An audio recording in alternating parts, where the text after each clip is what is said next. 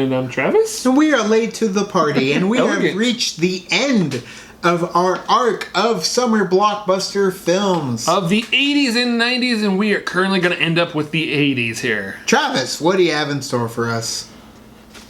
I got notes. Alright, let's see if you can guess what this movie is. All right, let's do it. Go. I told you it was in the 80s. In Yep. 2007, the Library of Congress selected it for the preservation of the National Film Registry. In June of 2008, the American Film Institute special, the best 10 sci-fi films of all time. Star Wars: Sci-fi. Return of the Jedi. Alien. This movie made $383 million at the box office. Aliens. And when they did a test screening for this movie, Frank Marshall said, "I've never seen a preview like that. The audience went up to the ceiling." This movie was released July 3rd, 1985. 85. I don't know dates. Vanessa, who is it? July Indiana 3rd. Jones? 1985. Last Crusade? I know Last Crusade was in the 80s, but I feel it was later 80s. Last Crusade was later. Well, I say we just take a trip back in time and watch this trailer, okay? Well, let's do it. What's it going to be? Back to the Orion Future. or Universal? A lot of Universal this one. They're going to block us. Oh. It's an MCA company. Yeah, we noticed during our blog. Back to the Future, a Robert Zemeckis film. Marty leads an ordinary life. No McFly ever amounted to anything in the history of Strickland again. You're following Strickland from Top Gun. All And quinkadinks. 1985 is not his year. But Dr. Brown is about to makes me change so all happy. that. You go back, you Marty. built a time machine? I have a DeLorean. I like the way I would squeaky voice Sending it. Marty 30 years back in time. It'll work! It's a flying saucer around his face!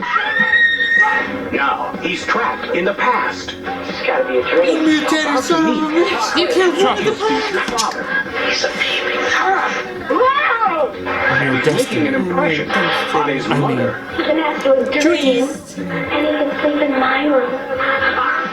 Anything you do could have serious repercussions on future events. Now he's got to make his mother and father fall in love. I haven't even been born yet.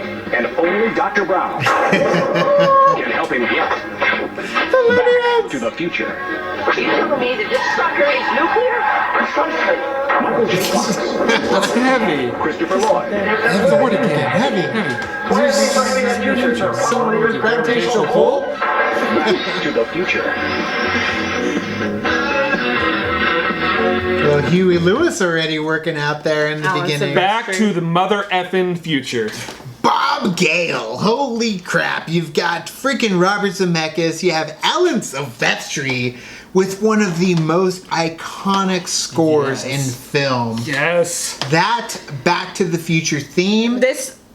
I want to say this comes back to like when it has to be like kismet with the music and the movie.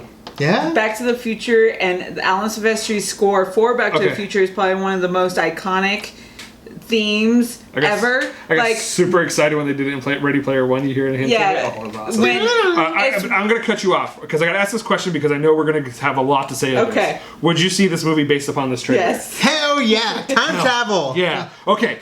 And go.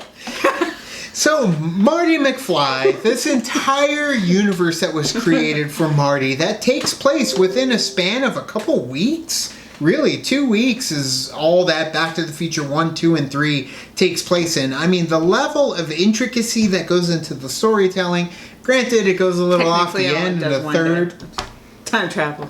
Yeah, well, I mean, no, I mean, Wibbly wobbly, it does take whiny place in stuff. 2 weeks because Marty McFly Right, it does. himself is like, he's there for 2 weeks, but you're right, it all comes back into that one single day in 1985. But the level of quality that they put into the storytelling when it comes to the time travel element, and then Vanessa and I, we recently rewatched, and by say recently, it was like a year ago, maybe even two, that we rewatched Back to the Future 3, and the level of quality that they put into that, I respect a hell of a lot more now when you take the template of Back to the Future 1 and overlay it. You're like, holy crap, that movie I is just love so the much soundtrack a too. mirror of it. I love the soundtrack to the third one too. Right. I will say though, I know that there's like a lot of people out there that don't like the second one. Right. But I love the second one for the reason that they had really had to kind of like, yeah, you kind of you go back to 1955 and you kind of follow the same steps, but at the same time, like because that could be the center of all cosmic universe or just a coincidence. Right, but it's like that detail level of detail of having to do certain scenes the same.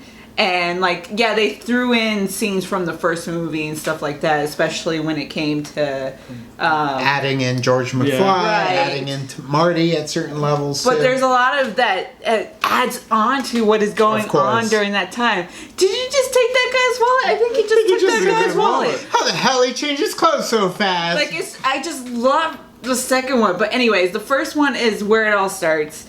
And I love the first one too, especially love the first one. I love everything about it. And I think when Disney was, approached for this project, they passed on it because of the incest type environment. Oh man, did they just F up big time.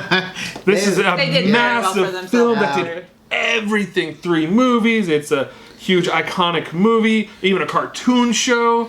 To be fair though, I'm glad that Universal was able to be like, yeah, okay, we'll take it on, because then you would be able to get the awesome. Oh my god.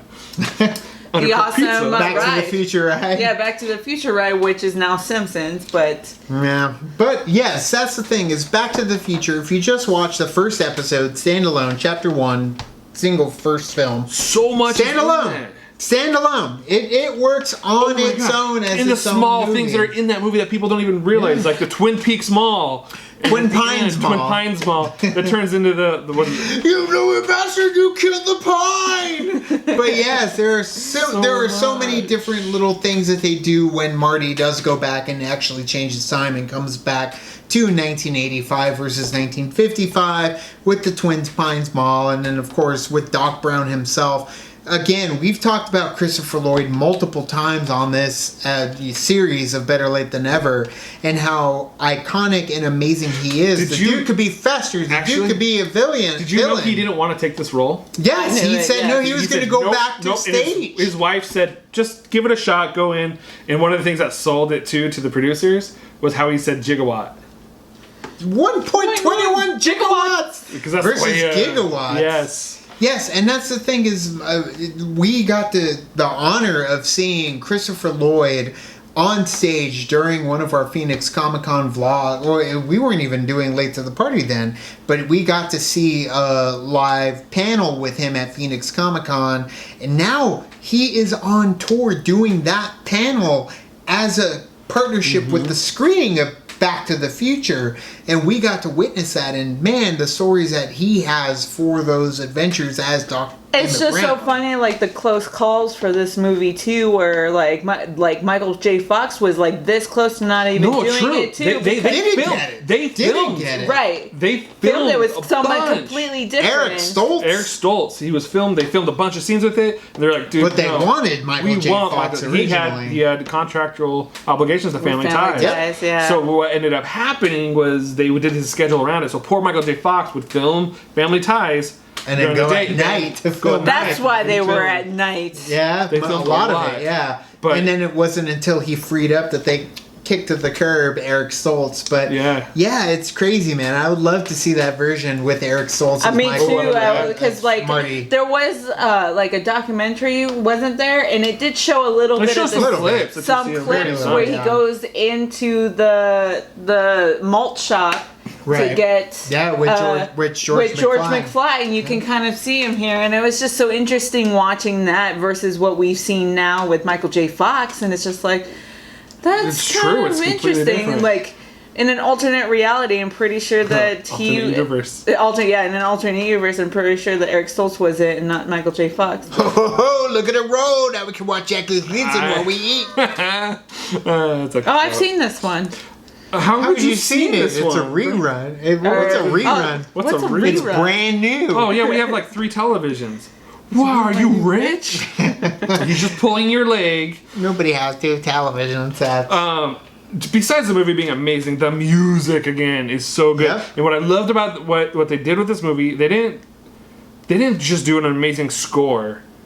They had Huey Lewis write an amazing songs that go to it, yeah. which sold it. And you would see that here at the beginning of the movie and the end of the power movie. of love. And it's crazy too how like he did the Back to the Future one, but like or Back in Time, but Power of Love was really the one that's more iconic to that too, Right. and it's about the power of love. It has nothing to do with his like cameo. Of course. I said You're it just earlier. too loud, I'm afraid too you're just darn. too darn loud. Yes, there are so many amazing things about Back to the Future. We've been to Universal Studios multiple times where you get to see Hill Valley in its epicness. I mean, granted, it got burned down and rebuilt, but still, Back to the Future is definitely something that is incredibly iconic. Which also we own two copies I was gonna of say, the which Blu-ray. also brings to the point where it burned down. They didn't have to rebuild it at Sure. all, and they did because Back to the Future is kind of this iconic thing. So that way, when you go on the tram ride, you're like, "Oh yes, this is the This ain't where they clock filmed tower." Norbit. This is Back to the Future. The This is Hill DeLorean. Valley. Yeah, of course. The DeLorean. Are there any Doc Brown. gremlins around? What's going on? Anyone who ever sees a DeLorean out there doesn't think of John DeLorean and the guy who created the cars. They think of Back to the Future. Absolutely. And Back to the Future 1 is definitely one of the iconic stories of our time when it comes to film. And of course, 1, 2, 3, they were great. I love them. All hold them dear to my heart. But But yeah, yes, we the love it first so one's much. where We it all got started. 2 copies. 2 copies. Although, on like Blu-ray. Back to the Future 3, I have like a problem with it. Like they have 2 time machines in that time. Why didn't they just take the oil and create gas and just There are issues. timey-wimey, There are wobbly issues. stuff? But either way, this is Back to the Future 1. I love so it. Thank you. What do you guys think? Is this a movie you just love and could talk for hours with? Because I could keep going. I'm not gonna could. lie. Yesterday, I was actually listening to. There's this thing on YouTube where it's like a 10-minute trailer of the entire trilogy put together, a Oh, that's retrospect of Back to the Future, and I was just watching it because it's just something I love revisiting over and over. So, what do you guys think of Back to the Future? Let us know in the comments below. You can also like and subscribe. Do the thing on our Facebook, Twitter, Tumblr, Instagram, Stardust. 8 miles per hour! Thank you guys so much. Check out our merch available on our Spreadshirt. It is available now. Link in the comments below and in the description of this video. And thank you, Scott Scott Green, for bringing us this set of collections of the 80s and 90s summer blockbusters. There's a lot more to go for these 20 years We'll worth of come videos. back. It's a full circle thing. Keep up with these great ideas, you guys. Keep sending them my way. I love it when you guys do the work for me. We ain't going anywhere, I so love we've got it. plenty of time to cover all these We got films. plenty of more Robert Zemeckis to go through. Thank you guys, Forrest Gump, so much, and as always, now it's time to say goodbye, and this party Is over. Great start! 8 miles per hour!